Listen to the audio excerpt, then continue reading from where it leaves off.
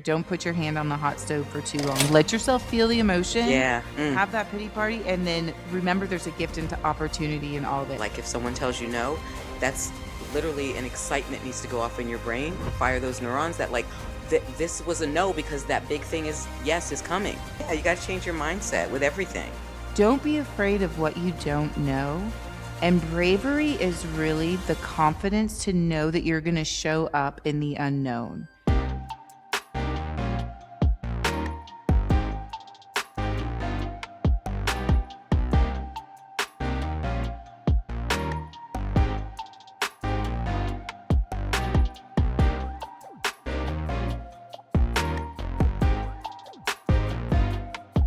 Get ready to elevate your style and your vision with my new pink prism eyewear blue blockers. This just isn't another accessory, it's a statement piece designed for those who dare to stand out. Why will you love them? Dual light protection, which blocks harmful blue light and yellow light that causes distortion. Vibrant style with the perfect splash of pink to complement your favorite blue blockers. Visionary innovation. Experience clarity like never before because life is just too beautiful to see in dull colors. I will have a limited launch for my birthday, February 2nd. I want you to be the first to flaunt this unique blend of fashion and function, and the first 100 will save 15%. Stay tuned for more surprises. Welcome to the Pink Book Podcast. I am your host, Joyce VanSeters, and I continue to bring you game changers and innovators who are redefining their success. In 2026, we've been keeping with the holistic and healthcare line. So tonight I have on the podcast co-founder and CEO of a woman-owned and family business, Green Goo, Plants with Purpose, Jodi Scott. Welcome to the podcast. Hey, it's nice to be here with you. Thank you so much for being on. I'm super interested in delving into what you got going on, what you guys got going on with this business. But first, I'd like to start with, where are you from, Jodi? I'm Colorado. Oh, Colorado. Okay. Not Born from and raised? here. Oh, Nope, okay. I was a military kid. I grew up all over. Okay. Well, we have that in common.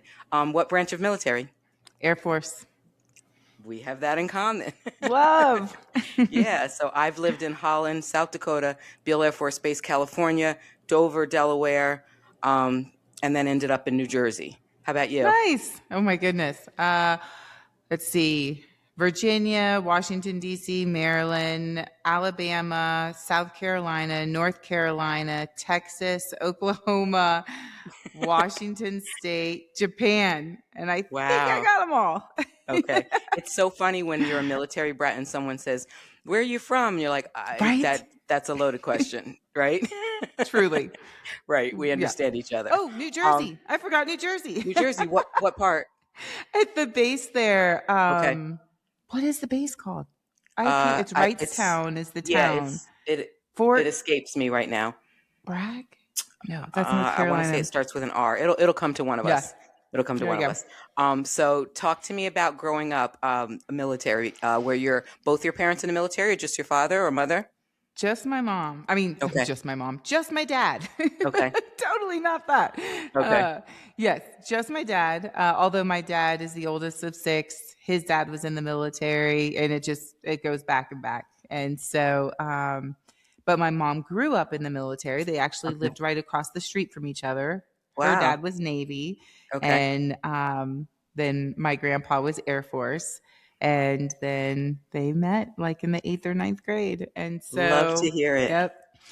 And it was moving around. I mean, you know how it is. And we learned that we were each other's best friends. Mm-hmm. And there really were like major moments being in the military that really set us up for what we're doing today. One of them, my mom loved plants, plants, and didn't want to plant a garden and then leave, in a few months. And so we always had all these potted plants and we take all these potted plants from one move to the next move to the next move. But what was really fun is those potted plants like became your home, it wasn't the place that was your home. It was the stuff. Mm-hmm. And once it was like set up, you're like, oh, okay, we're home. Yes, I'm with you. We have a living room and a family room downstairs, but we don't use the living room. So that's my plant room. So I have over 150 plants down there, and I've sold so many and given so many away. but it just keeps, they keep reproducing. So I love. Yeah, love, if I love, were to love turn it. my camera around, you'd be like, "Yeah, Yeah. you're the Yep. same. You got potted Yep. plants Exactly. everywhere." I love it. I love it. So much in common. So That's awesome. talk to me about young Jodi. What kind of kid were you in school? I was super into school and I was a competitive swimmer and a Oh, competitive okay. runner. And Nice. that really started my journey of like food is fuel, food is performance, and just really making a connection with my body. So it was really funny. I was like 11, 12, and I decided I was just going to stop eating meat and dairy. And people would be like, "So you're like a vegetarian or like you're a vegan?" I'm like, "I don't know what that is." Right. But yeah, I just don't eat meat and dairy.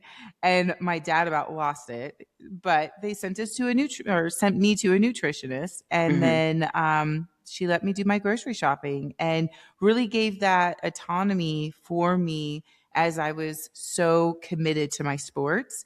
And I just saw that connection for me in health and wellness. I love it. I love it. And what college did you go to? I went to college in Texas. So I did Okay. my undergrad at Texas State. I was pre med, Hmm. psychology, biology, then got my master's in health psychology, specialized in psychoneuroimmunology, and was Okay. training resident physicians on the biopsychosocial model. What does that mean? Wow. Yes. Say that 5 times first, and then tell me what it Right. means. And I was doing research for the military. Wow. Um, for my passion was that I wanted to change and improve the healthcare system. I wanted to integrate and very data driven rather than just prescribing to a patient, really getting to know the patient as a whole and collect more data points. Are they able to pay their bills? Do they have community? Are they sleeping to be able to help move forward whatever the intervention was? Wow. And psychoneuroimmunology was kind of like a new area of science at the time. Now we have a lot more data to support it, but then it was just kind of philosophical and a little anecdotal. And what it was the connection between your immune system, nervous system, and psychology, and like how that's all interrelated. And it's kind of, I never thought, I was telling my mom this the other day. I said, I was starting to believe that my education had nothing to do with where I landed today. Hmm. And now it's like this full circle of the relationship that your skin has with your immune system, nervous system, and psychology. And it's so fun. It's so fun to learn about. Wow. That is super interesting as well. So what did you do what did you do with your graduate? Like, what did you do with your career after you graduated from college? So I was in private practice. I was on my way to medical school, and I actually started my first business. No idea what I was doing, and I was riding my bike like I always do. And I'm in Texas, and I fall off my bike because my laces got caught in the spoke, and I was so Oh, frustrated. And I looked up and I saw this beautiful, like colonial estate that was overgrown with lots of grass. And I was like, why have I never seen this before? This is beautiful. And the next day I was riding my bike and it was for sale. And so I called my grandmother, who is a realtor, and I said, I don't know how I'm going to do this, but I'm opening up a bed and breakfast. And she's like, whoa. I'm really glad I raised you to be a dreamer, but good luck. That's a And thing. I got it done. It was just going to be a weekend hobby, and it turned into multiple wedding venues, equipment rental company, coordinating company, and catering company. Wow. And that really gave me some of the groundwork for when my mom, sister, and I started Green Goo. And only very little groundwork, but it was at least enough that I could like read an income statement a little bit, a Hmm. little bit. Talk to me about that transition. How was that something when you had the bed and breakfast and you were in practice, you went from that to Green Goo, or was there something in between? That's it. So I was doing that and I was pregnant with my daughter and I got a cut and I went to the first aid cabinet. And my first observation was like, oh my gosh, my first aid cabinet is a mess. Mm. Like, what is all this stuff in here? And then I decided to read the label because I hadn't in a long time and I was pregnant. And I was like, ooh, I don't know if I want to use this while I'm pregnant. And I was like, I don't even know if I want my daughter to use this. Wow. And so I was socializing with that with my sister, who at the time was going to herb school and she was a midwife. And I said, Interesting. why is it that we think that these first aid solutions are like okay, like what is that story we're telling ourselves? And we started looking into it further, and we were like, wow, the natural consumer is willing to abandon their natural ethos because they're just told these one-time use chemical laden products are the only things that could get the job done. Right. And then we started looking at it further, and we were like, chronic skin conditions are at an all-time high. And the conventional consumer is frustrated with the OTC first aid market because they've got the chronic skin conditions as well, but they want something that works better. Use for 7 to 10 days. If symptoms persist, you have to go see your physician, which they frequently do. And that's inconvenient and can be expensive. So Mm. that's when my sister, I was like, do you think you can like do some magic with these plants and we could play around with some ideas? And then she had one of her herbalist teachers there had been making like medicinal salves, and Hmm. so that really set the stage for Green Goo. Wow. And talk to me about how it came about, or how you use these plants to make the salves. So thankfully to my sister's herbology and her wisdom there, and then her great mentor in California. Hello, Nan. Thank you. Hi, and Nan. it just it was interesting because all of a sudden we were understanding plants in a whole different way, and not just plants as a one component, but how the plants work together.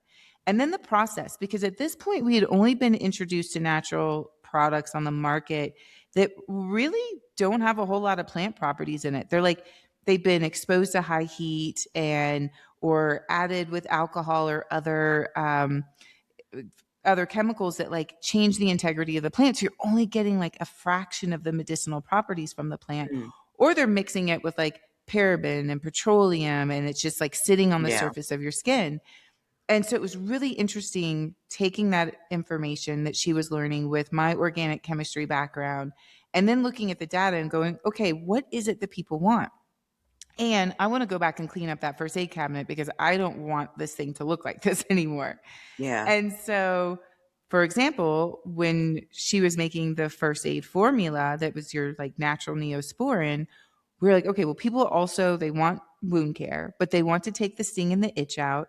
They want to slow down the bleeding. They want to speed up the healing and maybe a little anti-inflammatory.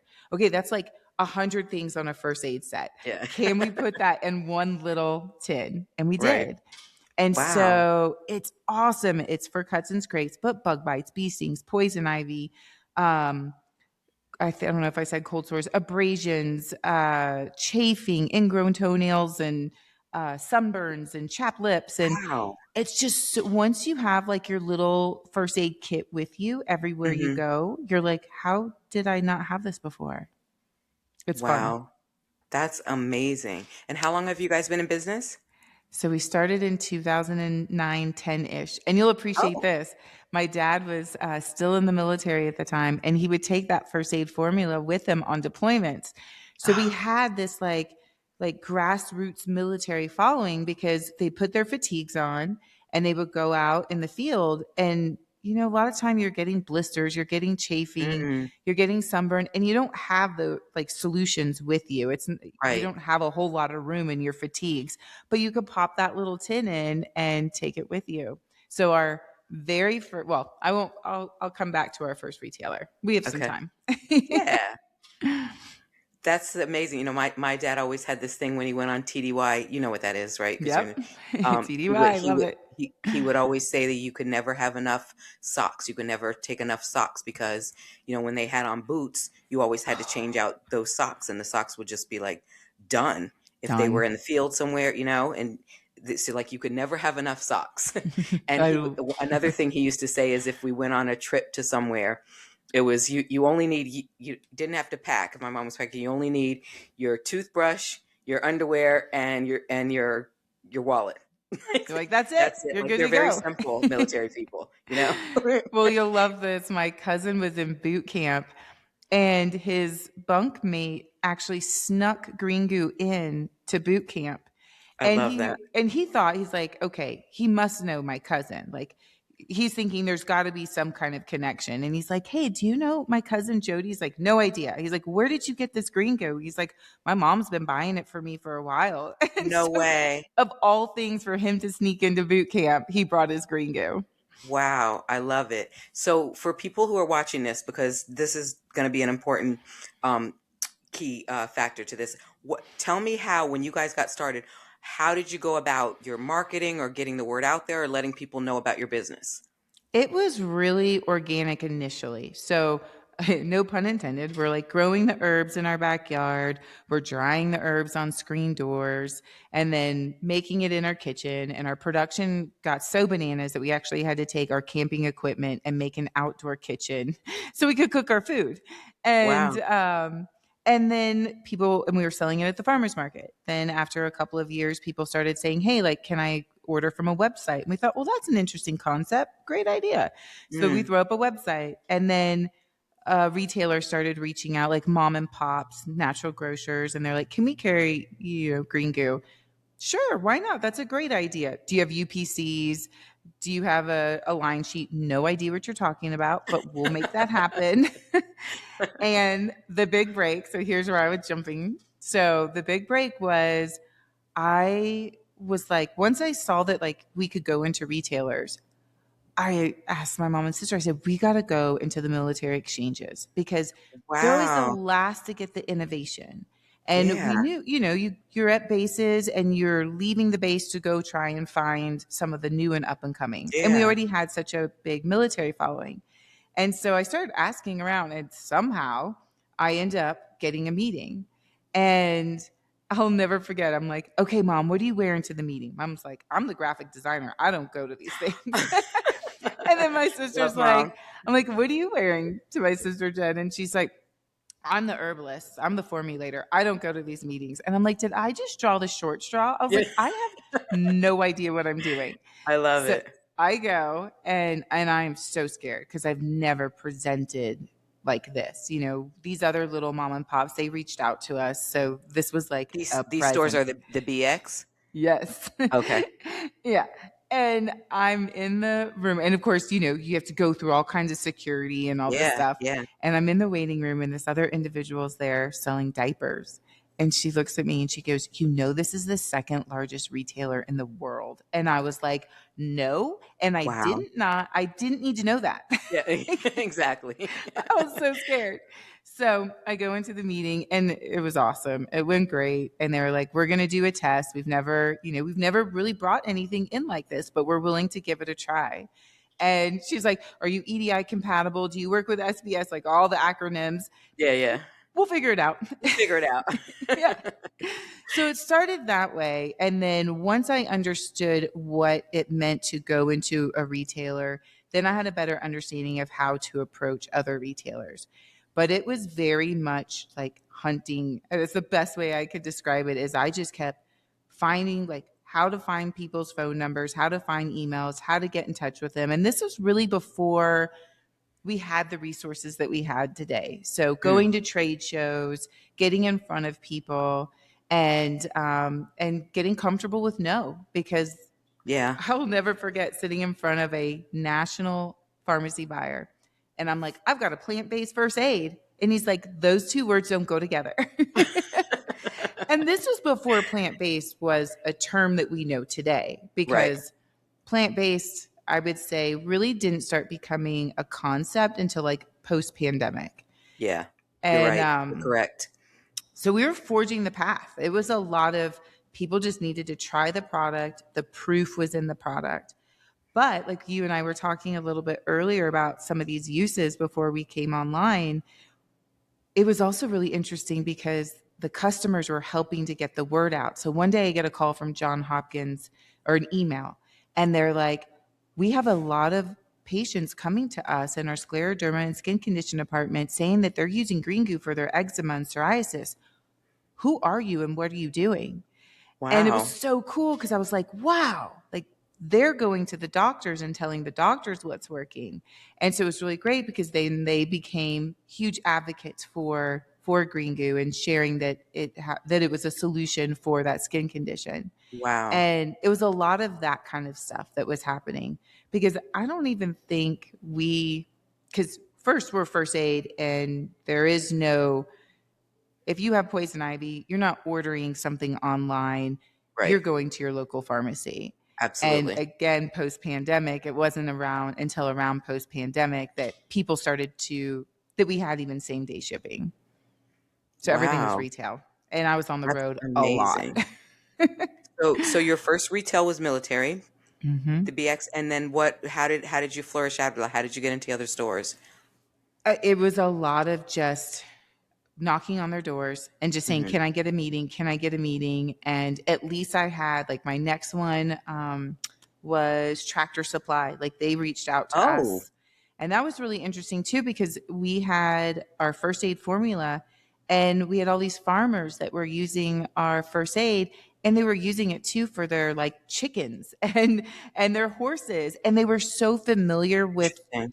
back in the day, there was a thing like bag balm and these Yeah. medicinal salves. So it wasn't like a new concept for them. It was just, oh, Mhm. now you just brought this thing that my grandmother used to make for me, and now I can buy it and use it, and I know it works.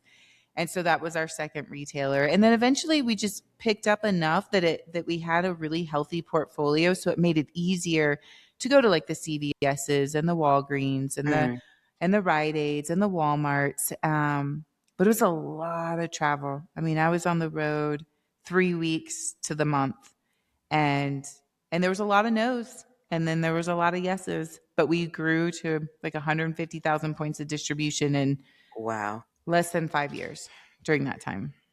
What would you say to someone who, I love that you keep pointing out that there's a lot of no's and people, this is the reason a lot of entrepreneurs don't make it or businesses don't work out.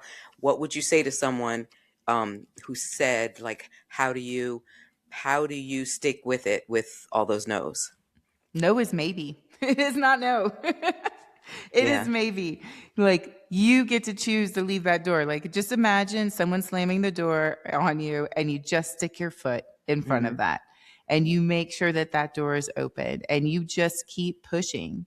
And yes, of course, no's are hard to hear, but you can learn from them. Like, what did I not share in this conversation that I could have shared? Right. uh, what more, what more can I be doing on this end? Like, maybe I need to have more marketing dollars or more and as a family that's bootstrapping their company, that's obviously something that happens a lot. Like, Yeah. especially in the OTC market, you are competing against the most funded companies in the world. Absolutely. I always tell entrepreneurs, get excited about it. Like if someone tells you no, that's literally an excitement needs to go off in your brain. Fire those neurons that like this was a no because that big thing is yes is coming. I love So, that. That's so good. yeah, you got to change your mindset with everything, So right? good. Yes. And you That's just keep, and I think it's that notion of just, you can't give up. Have a pity yeah. party. Like, we have a saying here, don't put your hand on the hot stove for too long. Let yourself feel the emotion, Yeah. Mm, have that pity party, and then remember there's a gift into opportunity in all of it. And I love how you say that. Like, get excited, like yeah. shifting that to getting curious so that you can just keep conquering. So Mhm. good. Yeah, I used to have a gym teacher in school that used to tell us if you can be upset for 5 minutes, you're on the clock. And then the 5 minutes to go off, let's go. We're back That's to work. right. Get And, back on the horse. yeah, it's very military, but you're like, okay, I guess I'm not hmm upset anymore. And you can change that mindset, shift that mindset, and you can shift the feelings. Once You your mindset, can. you're feeling different about it now. So I love that too. That's awesome. So it's just you, your sister, and your mother? At the time, and then both of our husbands came to work for the company. Oh, Then my nice. dad retired from the military, so we'd always tease him that he was the guy labeling in the corner, where he'd be really quiet, and then all of a sudden he'd pipe up and, like, you need to blah blah blah, and we're like, oh, he's listening. He's giving us logistical advice or I love economical it. advice. And so That's amazing. and then we got registered with the FDA and got a manufacturer. So that was a big milestone, because we Okay. were one When of was the this? first. This was like 16, 17 Okay. timeframe. Mhm. So we're still, like, in the thick of going to all of these retailers, and we found out that the FDA was now registering natural plant-based. If you were making it a certain way, Hmm. homeopathic, where you had the right concentration of the plant, you could then have an OTC monograph on the back and speak to the herbs the way the FDA does, which was awesome. Now, my sister being the herbalist, she'd be like, why can't we say calendula is antifungal, anti-yeast, antimicrobial? I'm like, well, we have to call it an astringent because that's what Right. the FDA says, Right. and why isn't marshmallow root an active ingredient? Well, they haven't gotten Yeah. that far yet, but we're getting there. The fact that we're Love it. even there is pretty awesome. And then I finding a manufacturer whose son actually had eczema. He tried our product and he called us and said, you know what? The world needs these solutions. And this is the only thing that's ever worked for my son. We're going to figure it out. And so uh, he helped us create a dedicated line with a dedicated team, with a dedicated process and an FDA registered facility, which was I love amazing. that. I love that. I used to have a soap company where I made my own natural soaps and I Mm. used plants. And it was down to like, I'm not a makeup person. The only reason I wear cover up is like if I have an eczema flare up, as I was telling you before. But I literally was down to the fact where I made my own cheek blush. And when you said marshmallow root, like that was like my main ingredient. That's what I I started love with. that. Yeah. So I'm with you. I'm with you. Goodness, good stuff. Yeah. So talk to me about your mother a little bit. So, what does she think of this that you guys have done? She is just such an amazing force. Like, one, she instilled that very much what you shared in terms of have your pity party, and then you keep moving. And such a sense of adventure. Growing up, we didn't have a whole lot to be able to do things. And every time she would get scrappy and make clothes to sell it at different craft shows so that we could go on fun vacations. And you'll so appreciate this, where my dad's like, okay, like if you're going to do this, then you can decide what we get to do with it. My mom's like, we're going to Singapore. And we would fly the military, jumper planes that Hmm. they're only $10 a person if you hop on. And Yeah. we're like going to Singapore in the jumper seats where I'm sleeping on the floor at one point and there's cargo that's strapped Wow. to the ground. But she just knew how to make the most out of everything. And so part of how she became the graphic designer was she recognized reinventing her career every move was really tough. And then computers all of a sudden came out, and she saw very quickly that that was going to be her ticket to having a mobile career. Long before I even understood that. She was my first computer teacher. Wow.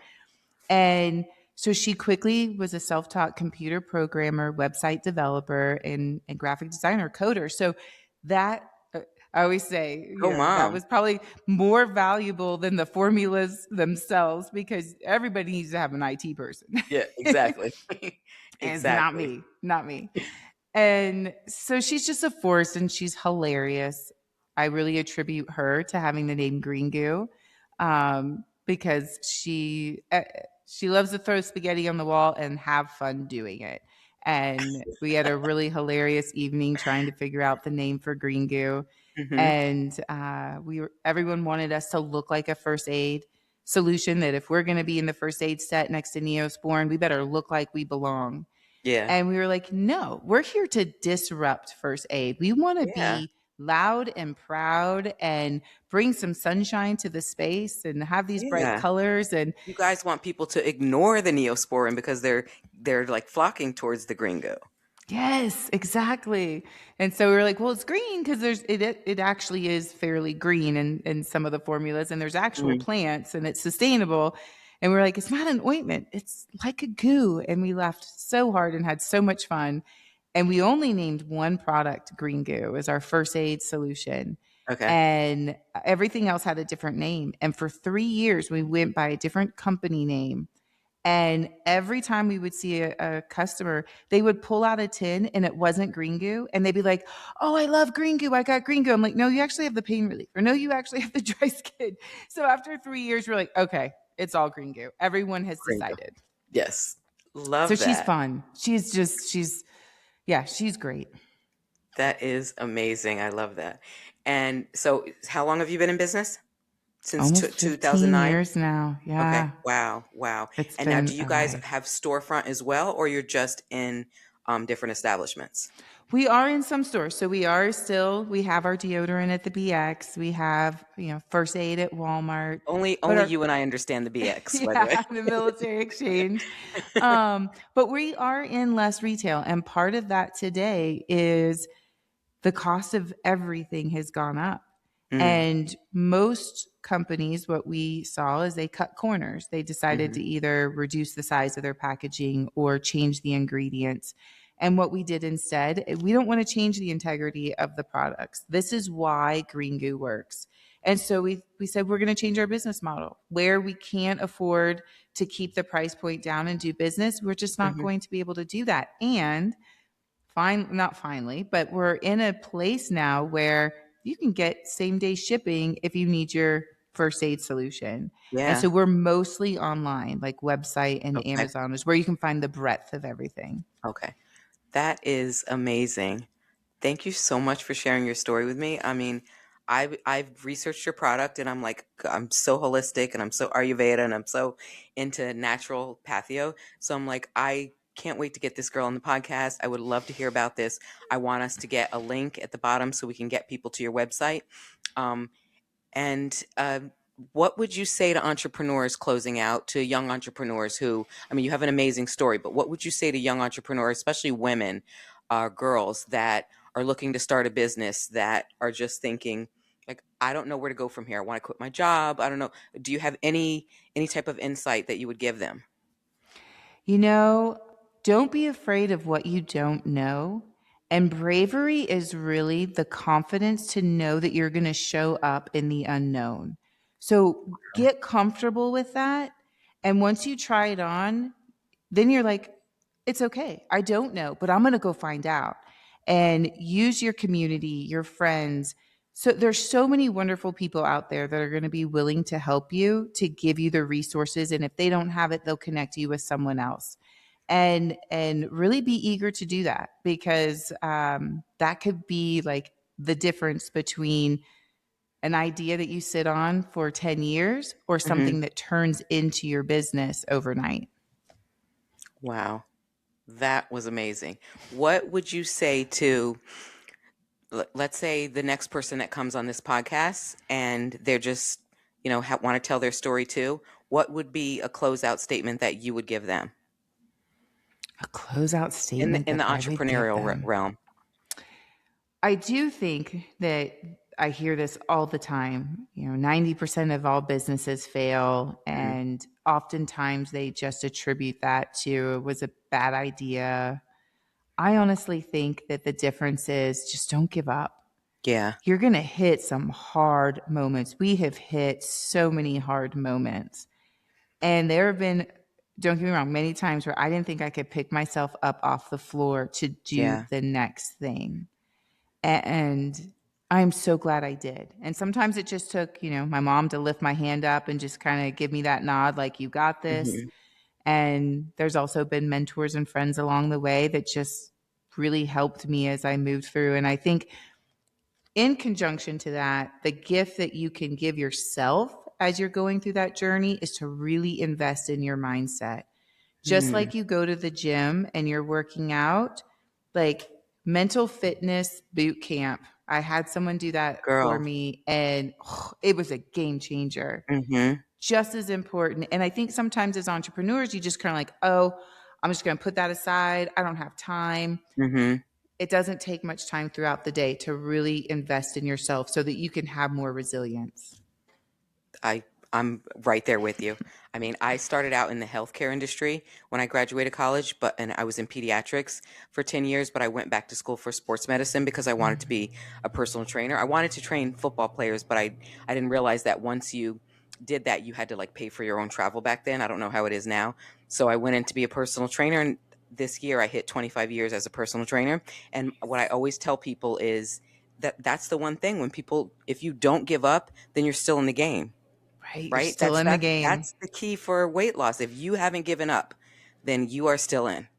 Oh, I love that. Someone said that to me, not in those words. I love how you just frame that. And now it's just like all connecting, where sometimes people think it's a yes or a no, but Mm-hmm. when you can say I'm still in the game, oh, that's good. I like that. Yeah, Like it's that's so powerful, right. because you will see someone that's like, wow, I can't do this anymore. I don't want to work out. If you haven't given up, then you are going further than that person that has given up. You're still in the game. Still in the game. Love it. Good Still in stuff. the game. We're closing there.